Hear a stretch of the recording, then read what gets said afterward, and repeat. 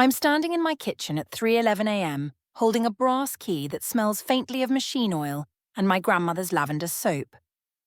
24 hours earlier, I was standing on a highway overpass, rehearsing my final apologies. The man I'd married had just stolen a $4 million logistics company I'd built from a second-hand van and a cracked laptop. But what I found in that safety deposit box didn't just save my life. It revealed why James targeted me in the first place, how my grandmother saw this exact theft coming, and why a woman who never finished secondary school learned to draft corporate clauses that could destroy predators in suit jackets. Before we dive in, do me a favor. Hit that subscribe button, smash the like, and drop a comment telling me where in the world you're watching from. I love hearing from you. I trust you have done that. Now, let's begin. My name is Maria Delgado, and if you'd told me a month ago that my entire marriage was a business acquisition strategy, I would have thought you were being dramatic. I was a founder, engaged to the man who believed in my vision, about to scale Swiftnest into every neighborhood in 3 states. Now I'm here to tell you how one man's predatory rescue operation that started with my grandmother's stolen shop nearly erased me, and how Rosa's hidden legal architecture saved me from beyond the grave.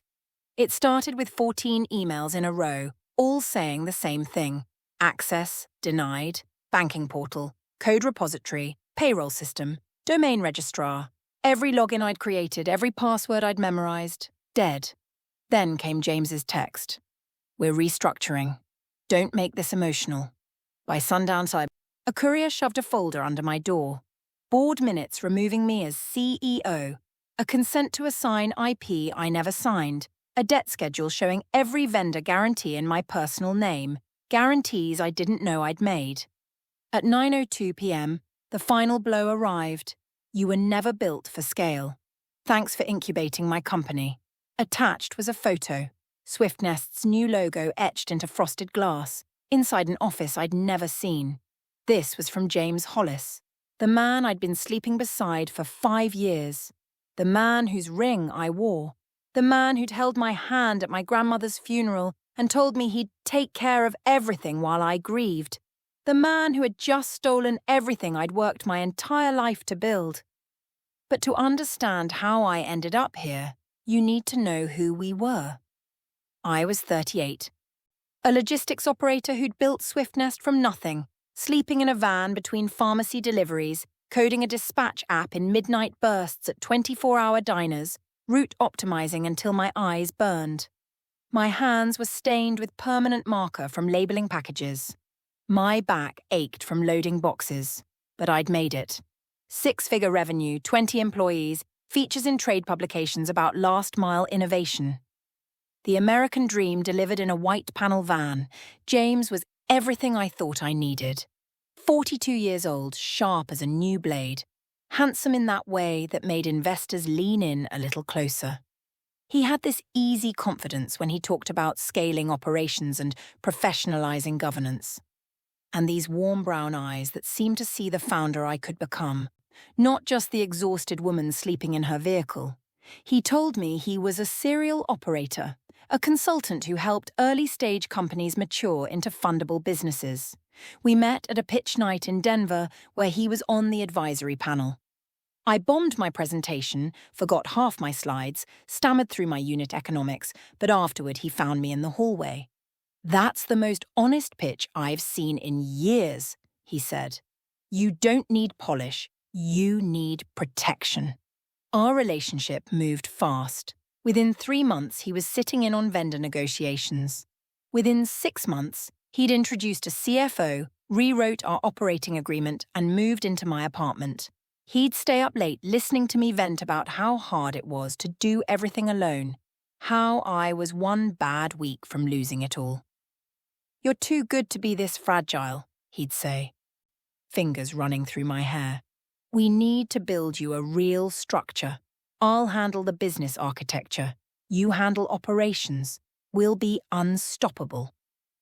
The plan seemed perfect. He found a fractional CFO who understood founder psychology.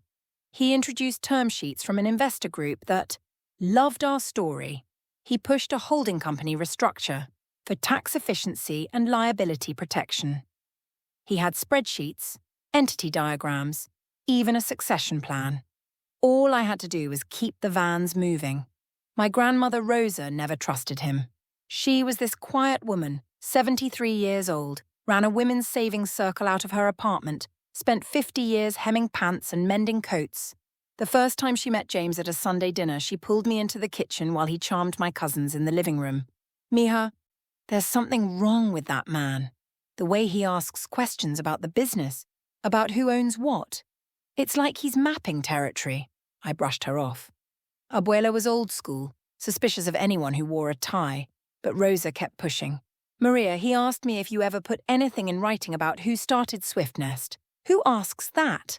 And when I told him I helped you with the first van payment, he got this look, like he was calculating something I couldn't see." The truth was, James was calculating something. He knew exactly who Rosa was. He knew about the shop she'd lost to a forged lien decades ago. He knew about the legal battle that destroyed his father's real estate empire. And he'd spent 5 years playing the longest con of my life, making me fall in love with him, trust him. Sign documents I didn't read, all for revenge against a dead seamstress through her granddaughter's company. But standing in my kitchen that night, holding that brass key, I didn't know any of this yet. I'm at the bank when the doors unlock at 9 a.m, key clutched so tight it leaves an impression in my palm. The manager, a thin woman with reading glasses on a chain, studies Rosa's paperwork like it might explode. "Your grandmother was very specific about access protocols," she says, hesitating. "But everything's in order." The box slides out. Inside, documents bundled with kitchen twine, a thumb drive that looks like it came from a gas station, and papers that make my hands shake. A notarized IP assignment, dated the week I wrote my first lines of code, transferring Swiftnest's algorithms and trademarks to something called RDN Trust. A golden share certificate that activates if I'm ever removed without my explicit notarized consent. Rosa founded this trust with Hemming money while I was sleeping in my van, paying annual fees I never knew existed. Then I find the ledger. 5 women-led startups, 5 restructures, 5 collapses. James's name appears in every margin, along with someone called Cole Avery. Dates, bank names, patterns of extraction. I plug in the thumb drive with shaking hands. 1 audio file, recorded on what sounds like a restaurant patio. "Clean founder extraction," James's voice says, relaxed, almost bored. "She'll sign anything if you make her feel rescued. They all do." I'm going to be sick. 2 hours later, I'm sitting across from Asha Patel in a legal aid office that smells like burned coffee. She's maybe 40, sharp-eyed. And when she reads Rosa's golden share clause, she actually smiles. "Your grandmother just handed you a nuclear option," Asha says. "We file for an emergency injunction, freeze the accounts, lock the registrar." The golden share clause back every asset he touched. She spreads forms across the desk.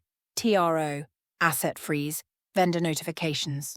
"If we move now," she says, "we can stop him before he cements control." I sign everything. My hand doesn't shake anymore. Asha hits send on the e-filings. Her phone buzzes immediately. "Detective Okoro, financial crimes. He's been watching Hollis Strategic for months. He wants Rosa's ledger." Then my phone lights up. Email from James. "Board meeting tomorrow, 2 p.m. Formalizing transitions, your attendance optional." Asha looks at me. "That's when he makes it permanent." "Then that's when we end him," I say. Asha moves like she's done this before.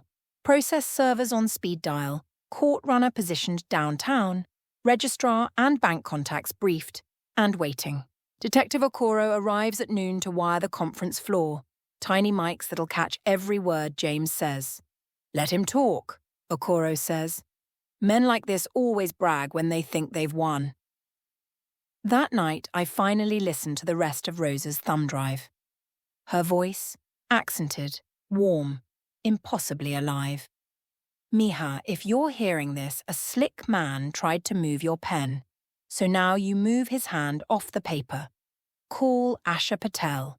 Don't sign from fear. You have weapons he doesn't know about. There are 6 more files. Rosa explaining trusts, IP assignments, clawbacks, concepts she learned after losing her sewing shop to a forged lien in 1998. A pro bono lawyer taught her the architecture of protection, and she spent a decade building mine. The last file is a newspaper clipping, photographed and narrated. The landlord's junior partner was Leonard Hollis. He blamed me for his losses. Now his son is coming for you. I made sure you'd be ready. The revenge loop clicks into place. James didn't fall in love with a founder. He hunted one. My phone rings at 6:47 a.m. Unknown number. Maria, it's Cole Avery. Smooth voice, practiced sympathy. This doesn't have to get ugly. Walk away with $200,000 and an NDA.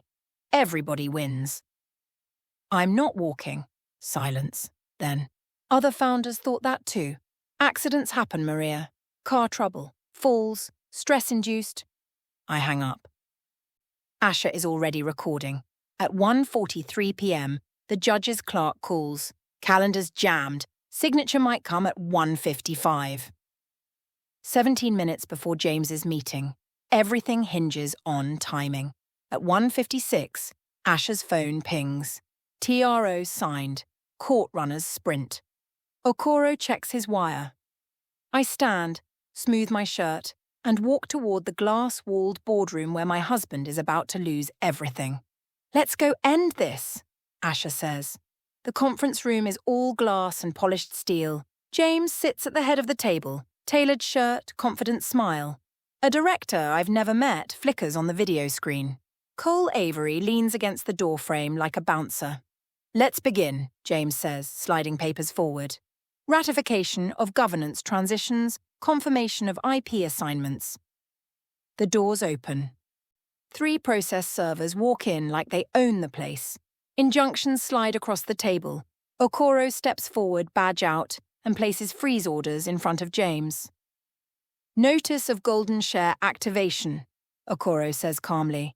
RDN Trust now controls SwiftNest's trademarks, algorithms and domain. Registrar hold is live. Bank wires are flagged. James's smirk doesn't fade. Not yet. This is a private meeting. You can't... Asha steps into the frame. The golden share clause was triggered the moment you removed Maria without notarized consent. Every transfer is void. That's when James snaps. She signed everything. His voice cracks, rising. Maybe not with a pen, but she knew. The stenographer's fingers keep moving. On screen, the director goes pale. James, stop talking. Are you admitting, Asha says quietly, that you used her digital signature without authorization? James freezes. Cole moves toward the door, laptop tucked under his arm. Okoro intercepts him in 2 steps. Leave it, Okoro says. The chair, some lawyer clearly in over his head, stammers, Counsel, if the consents were unauthorized, they're voidable, James's own attorney admits, voice hollow. Control reverts to the trust immediately. Okoro's phone buzzes. He glances down, then looks at James. Warrants just came through, wire fraud, document forgery, coercion. He nods to Cole. You're detained for questioning. Security hovers, uncertain. The building manager pushes through, tapes the court order to the glass, and points at James. He's trespassing. As they escort James out, he leans close enough that only I can hear. This isn't over. My hands shake, not with fear. With something I don't trust yet. Release. The emails start within an hour. Vendors receiving corrected notices. Personal guarantees voided. Debts back where they belong. My phone floods with messages from drivers. We're ready when you are. Just say when. A reporter from TechCrunch calls. I don't answer yet. Asha maps the restoration. RDN Trust licenses everything back to SwiftNest on terms I control. Civil damages could hit 7 figures. Okoro says prosecutors are building a pattern case. James and Cole, multiple victims, interstate fraud. I draft a public statement that night, hands steadier than they've been in weeks. This company stands because of Rosa Delgado and the generations of women whose work built this city's hidden backbone. We're still here. At dusk, I drive back to the overpass. This time, I park legally. Walk the pedestrian path. The wind is gentler now, or maybe I'm just not trying to fly anymore. I play Rosa's voicemail, the one that saved me. Mija, if a man ever tries to take what you built, use the key. Then the last one, recorded weeks before she died. Keep your name, Mija. Soft laughter, like she knew I'd need to hear it. I thread the brass key onto a chain and clasp it around my neck. 6 weeks later, the warehouse doors roll up under a new sign. Swift Nest by Rosa. Couriers clap. Mrs. Okafor brings jollof rice in foil trays. The Nguyen family brings banh mi. Someone's abuela brings tamales still steaming. I announce the Rosa Fund, legal defense and cash flow for women founders facing coercive takeovers. The room goes quiet, then erupts. That night, a message arrives from an unknown number. I was one of the 5 in the ledger. You turned the lights on. Thank you. Asha texts. Class action looking viable. 4 more women ready to talk. I pin Rosa's seam ripper above my desk, a reminder to unpick bad stitches before they unravel you. Morning sun catches the brass key on my chest as the first vans roll out. Rosa's name painted on every door.